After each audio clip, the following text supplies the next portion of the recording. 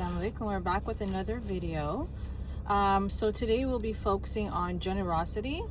The opposite of that is miserliness, which we discussed in the last video. So miserliness was the first disease of the heart that we discussed, and so generosity is the opposite. So with these diseases, we want to practice the opposite of it in order to help cure the disease. And so for generosity, I want to focus on generosity in the home specifically, because it's easy to be generous and nice outside the home, kind of put on a show. You want to be on your best behavior when you're at work, at school, but then at home, we kind of let our guard down because we take the people that we live with for granted, our family members. And so we want to change that and make sure that we're still on our best behavior, even in the home, with our children, with our parents, with our spouses. And so I'm going to talk about 7 different ways that we can be generous in the home.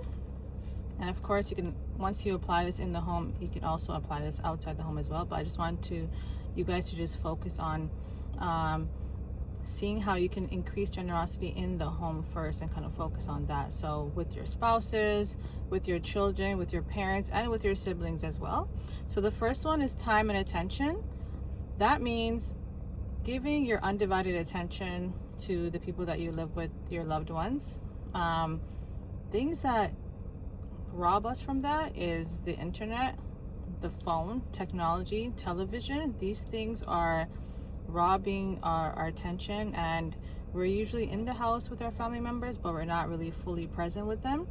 And so I myself right now, I'm doing a internet technology detox for the summer. So we have no access to internet in the home right now for 2 months. We're going to try that. We've done this before and it went well.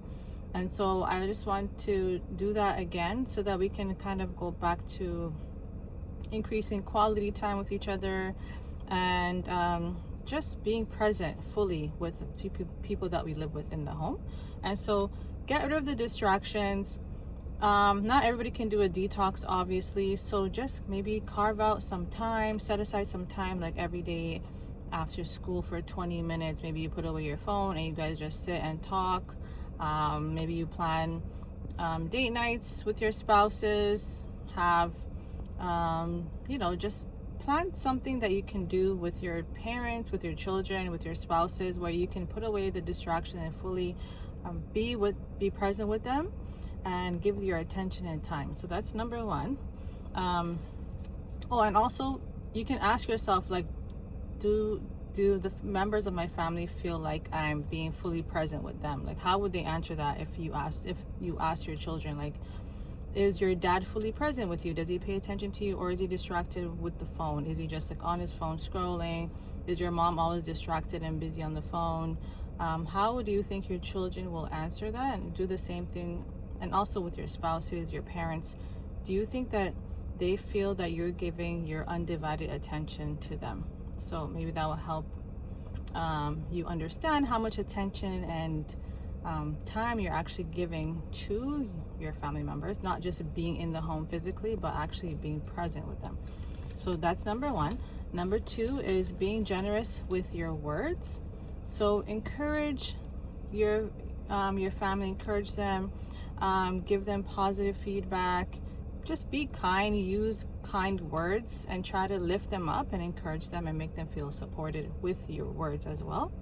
And try to be careful, like, are you criticizing too much? Are you putting them down? Are you raising their self-confidence and self-esteem, or are you making them feel bad about themselves? So think about that. So that's 2, that's being generous with your words.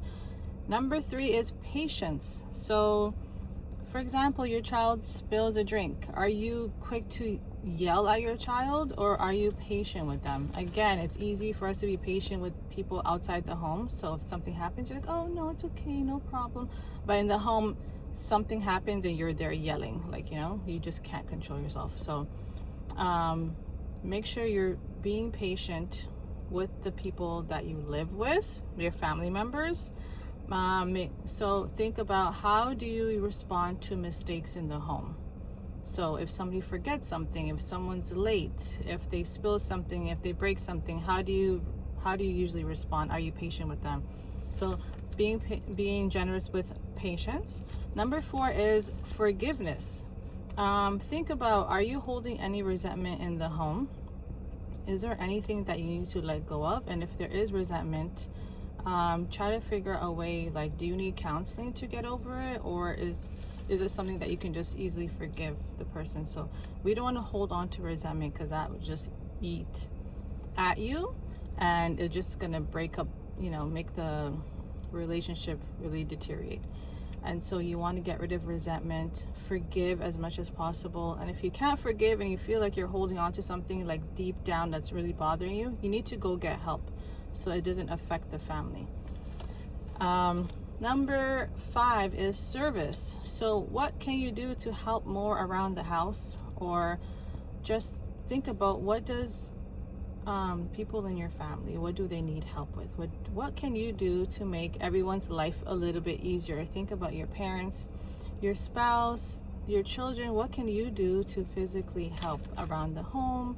Is there anything that you could, what kind of responsibilities can you do more of to just make the other person's life a little bit more easier? So that is for service, number 5. Number 6 is with compassion. Let's be generous with our compassion. So this is more about like emotional support. Number 5 was more about physical, like what can you actually do in the home? Like, can you do more of the laundry? Can you do more grocery shopping, cooking? So 6, think about more of like emotional support. Can you, who in the home right now needs your support? So be aware of how everybody's acting, be present. This is why it's important to be present in the home, because if you're not present, you're not going to notice little things. So for example, like if your teenager is suddenly withdrawn and they're spending a lot of time in their room and they're not really talking, socializing, you need to be present in order for you to notice that. And those can be like early signs of depression, or just like issues that maybe things are happening at school with their friends.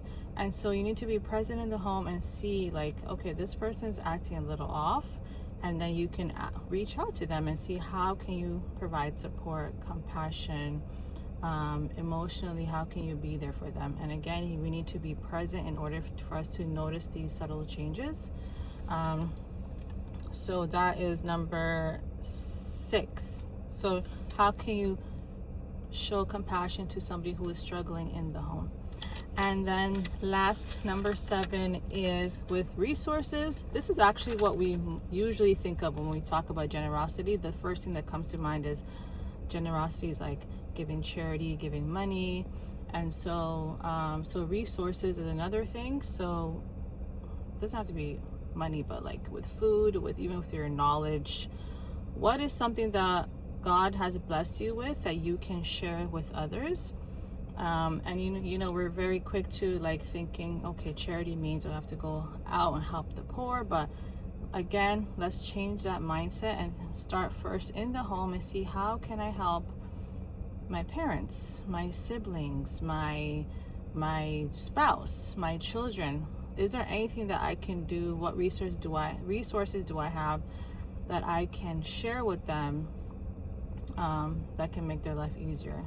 And so those are the 7 ways. Of course, there are more ways, but those are the 7 ways I wrote down of how we can show more generosity in the home. So please think about those things, and just see how you can all increase generosity in the home using those 7 tips.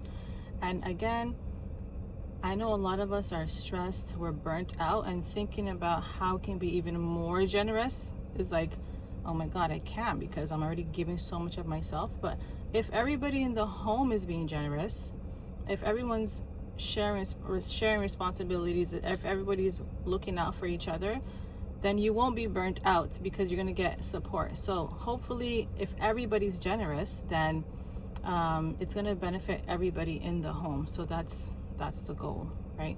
And so try to implement these.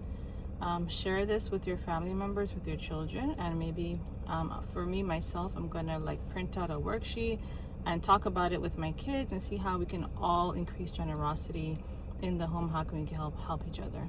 And so that is the end of the video. I'll see you guys in the next video. Assalamu alaikum.